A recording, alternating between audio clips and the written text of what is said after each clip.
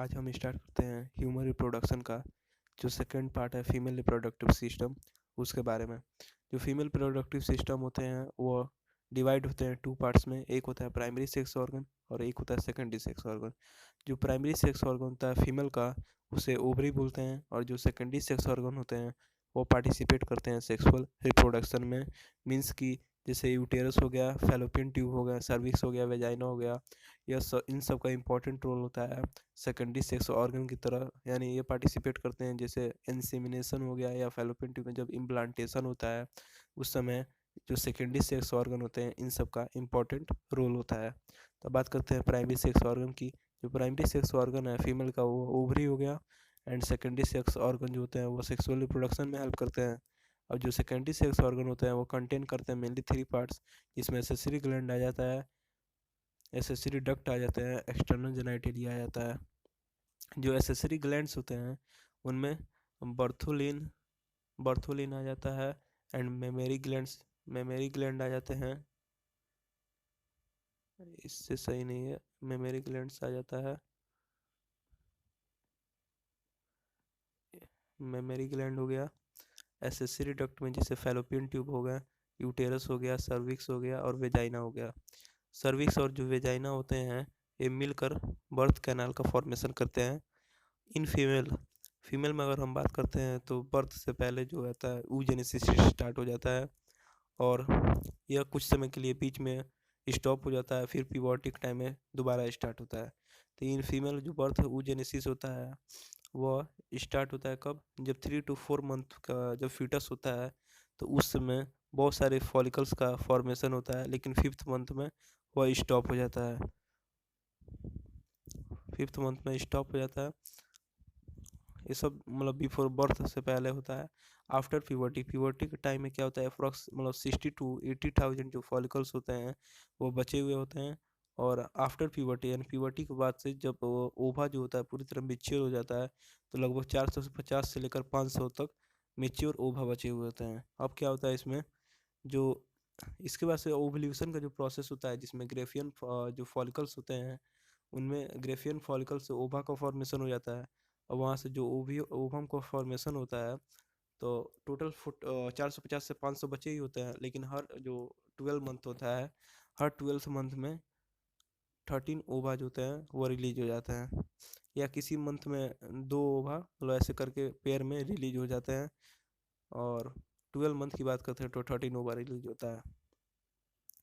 After ovulation होने के बाद से जो बचा हुआ पार्ट होता है जिसे हम ग्रेफियन फॉलिकल बोलते हैं वह कन्वर्ट हो जाता है कॉर्पस ल्यूटियम में। जो कॉर्पस ल्यूटियम होता है वह एक टाइप का ग्लैंड होता है, मीन्स बहुत कम समय के लिए होता है, लेकिन उसको हम ग्लैंड्स बोल सकते हैं। वो क्या करता है, प्रोजेस्टेरॉन और एस्ट्रोजन हार्मोन को रिलीज करता है, जिसमें सबसे ज़्यादा जो इम्पोर्टेंट होता है वो प्रोजेस्टेरॉन होता है। वह जो फीमेल का यूट्राइन वॉल होता है, इंडोमेट्रियम, उसको मेंटेन करने का काम करता है, यानी उसको ग्लैंडुलर बनाता है, सिक्रेटरी बनाता है, ताकि वह मेंस्ट्रुअल साइकिल में हेल्प कर सके। It help in the formation of progesterone, and progesterone help to maintain uterine wall, and corpus luteum convert into corpus albicans. जब कॉर्पस ल्यूटियम का वर्क हो जाता है तो उसके बाद से वो कन्वर्ट हो जाता है कॉर्पस अल्बाइकन्स में। In this process ova is formed and ready to fuse with his sperm. अब ये सारा प्रोसेस होने के बाद से जो ओवा होता है पूरी तरह मेच्योर हो जाता है, और वह कन्वर्ट हो मतलब वह स्पर्म से मिट करने के लिए या उसको जब जाइगोट बनना होता है तो उसके लिए पूरी तरह वो तैयार हो जाता है। अब क्या होता है, जब मेल का स्पर्म जब उसको इंसेमिनेट कर दिया जाता है, जब वह फैलोपियन ट्यूब के पास आ जाता है तो वहाँ पे जो एम्पुलरी रीजन होता है, मीन्स जो फैलोपियन ट्यूब का पार्ट जो एम्पुला होता है, वाइडर पार्ट, वहाँ पे जो ओवा होता है वह वेट करता रहता है स्पर्म का, और स्पर्म जब आते हैं तो वो आपस में मिट करके वहाँ पे जाइगोट का फॉर्मेशन हो जाता है। अब बात करते हैं जब जाइगोट का फॉर्मेशन हो जाता है तो उसको हम फर्टिलाइजेशन बोल देते हैं।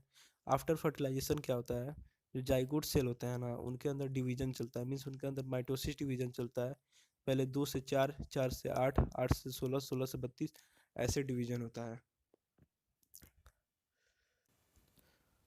ऐसे डिवीजन होता है।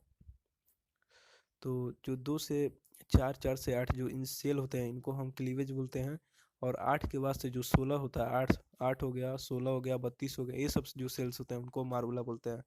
मीन्स जो जो 2 से 8 तक होते हैं ब्लास्टोमियर, ब्लास्टोमियर भी कहा जाता है यानी, और जब यूटेरस तक वहाँ तक पहुँच जाते हैं पूरी तरह से तो उनको हम ब्लास्टोसिस्ट बोलते हैं। अब क्या होता है, ब्लास्टोमियर जो होते हैं वह धीरे धीरे मूव करना शुरू कर देते हैं, 2 से 4, 4 से 8 ऐसे करते जाएंगे, मॉरुला स्टेज हो जाएगा, मॉरुला स्टेज से होते हुए यूटेरस के पास आते हैं। तो सिस्टीन कार्ड जो सिस्टीन होते हैं सेल, ब्लास्टोमियर या ब्लास्टोसिस्ट, ब्लास्टोसिस्ट उन्हें मतलब हम बोलते हैं, और मॉरुला फेज होता है। तो ब्लास्टोसिस्ट जो होते हैं, अब उनके अब टू टू पार्ट्स होते हैं। एक तो ट्रोफोब्लास्ट हो जाता है, और जो उसके इनर साइड में प्रेजेंट होता है उसको इनर सेल मास बोलते हैं। ट्रोफोब्लास्ट क्या होता है, जो ट्रोफोब्लास्ट सेल्स होते हैं वो आगे चलकर जो मैटरनल बॉडी होता है मदर का, उसके साथ जुड़कर प्लेसेंटा का फॉर्मेशन कर देते हैं।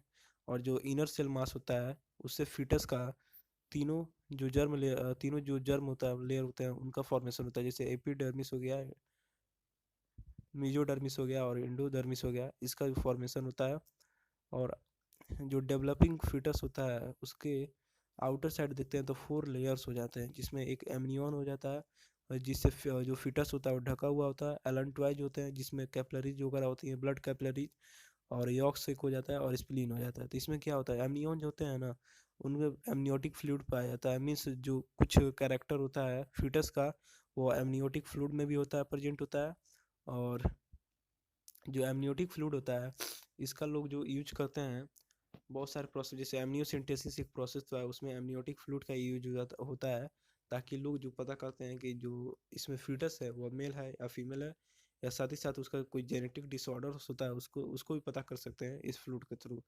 एलेंटोइज होता है जिसमें ब्लड कैपिलरीज वगैरह होती हैं, जिसमें ब्लड का सप्लाई होता है, ऑक्सीजन का सप्लाई इसके थ्रू होता है। यॉक सेक क्या होता है, जो यॉक सेक होता है स्टार्टिंग में 6 मंथ तक यॉक सेक से ही ब्लड का फॉर्मेशन होता है। आफ्टर 6 मंथ के बाद से डाइजेस्टिव सिस्टम या इससे मतलब जो ब्लड का फॉर्मेशन हो रहा था वो बंद हो जाएगा, और आफ्टर 6 मंथ ये डाइजेस्टिव सिस्टम में चेंज हो जाता है। स्प्लीन जो होते हैं वो बीन शेप के होते हैं, और साथ ही साथ जो आरबीसी जब डेड कर जाता है तो उसको स्टोर करने का काम स्प्लीन करता है।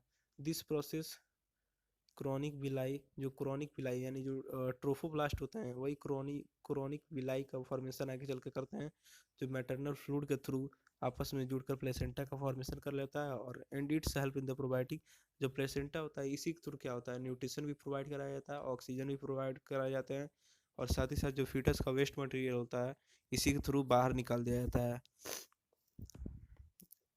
सम हार्मोन जैसे प्लेसेंटा जो होता है कुछ हार्मोन को भी रिलीज करता है, जैसे HCG हो गया, HPL हो गया, एस्ट्रोजन हो गया, प्रोजेस्टेरोन हो गया, इन सब हार्मोन को भी रिलीज करता है। दिस प्रोसेस इज, जो ये प्रोसेस होता है अब ये कंप्लीट हो जाता है, उसके बाद से अब आता है जेस्टेशन पीरियड। जो जेस्टेशन पीरियड होता है इसमें 9 मंथ तक पीरियड होता है, जिसमें मंथ में फर्स्ट मंथ में सबसे पहले हार्ट का फॉर्मेशन होता है, और सेकेंड मंथ में जो हार्ट बीट होता है वह स्टार्ट हो जाता है, और थर्ड मंथ के करीब में पूरी तरह जो बॉडी होते हैं स्ट्रक्चर होता है और जेनेटल जो पार्ट्स वगैरह होते हैं सबका डेवलप मतलब कंडीशन हो जाता है। फिफ्थ मंथ में जो बच्चे होते हैं, जो फीटस होता है उसके हेड पर हेयर आना, मतलब उसके जो हेड होते हैं उन पर जो हेयर आना शुरू हो जाता है। साथ ही साथ बॉडी पर भी हेयर आना स्टार्ट नहीं हुआ रहा था, लेकिन जो उस फीटस का मूवमेंट होता है वह स्टार्ट हो जाता है। 6 मंथ में जो आईलिड्स होते हैं वो ओपन हो जाते हैं, पूरे बॉडी पे हेयर आ जाता है। आफ्टर 6 मंथ पूरी तरह जब मेच्योर हो जाता है बच्चा, पूरी तरह डेवलप हो जाता है, तो 9 मंथ के बाद से इसको पार्चुरेशन की हेल्प से इसको बाहर निकाल दिया जाता है, जिसमें सबसे ज़्यादा इंपॉर्टेंट रोल होता है ऑक्सीटोसिन, यानी इसमें न्यूरॉन से संबंधित इसमें कुछ हार्मोनल एक्टिविटी होती है, जिसके थ्रू जो पार्चुरेशन होता है, मीन्स इसको फीटस और प्लेसेंटा दोनों इंड्यूज करते हैं, जिसकी वजह से जो पिट्यूटरी ग्लैंड्स होते हैं वो ऑक्सीटोसिन को रिलीज कराते हैं, जिसकी वजह से जो मसल कंट्रैक्शन है वो बहुत ज़्यादा इंक्रीज होते जाता है, और लास्ट में जो फिटस है वो बाहर आ जाता है। जो 9 मंथ आफ्टर 9 मंथ जो foetus out uterus, this process is known as parturition. After parturition के बाद क्या होता है, जो लैक्टेशन पीरियड था लैक्टेशनल वाला वो स्टार्ट हो जाता है। मीन्स ये जो पीरियड होता है इसमें जो मदर होती है मिल्क जो फर्स्ट मदर का मिल्क होता है उसको कोलोस्ट्रम बोलते हैं, जिसमें आईजीए प्रेजेंट होता है जो पैसिव इम्यूनिटी प्रोवाइड करती है। मीन्स कोई भी रेस्पिरेटरी डिजीज होता है उससे लड़ने में हेल्प करता है आईजीए। और आफ्टर पास्चुरेशन लैक्टेशनल जो होता है, लैक्टेशन जो होता है वो स्टार्ट हो जाता है जब फीटस सक करना स्टार्ट करता है। तब जो मेमोरी ग्लैंड्स होते हैं वो मिल्क का फॉर्मेशन कराना स्टार्ट कर देते हैं और ये प्रोसेस यहीं पे कंप्लीट हो जाता है। Thank you.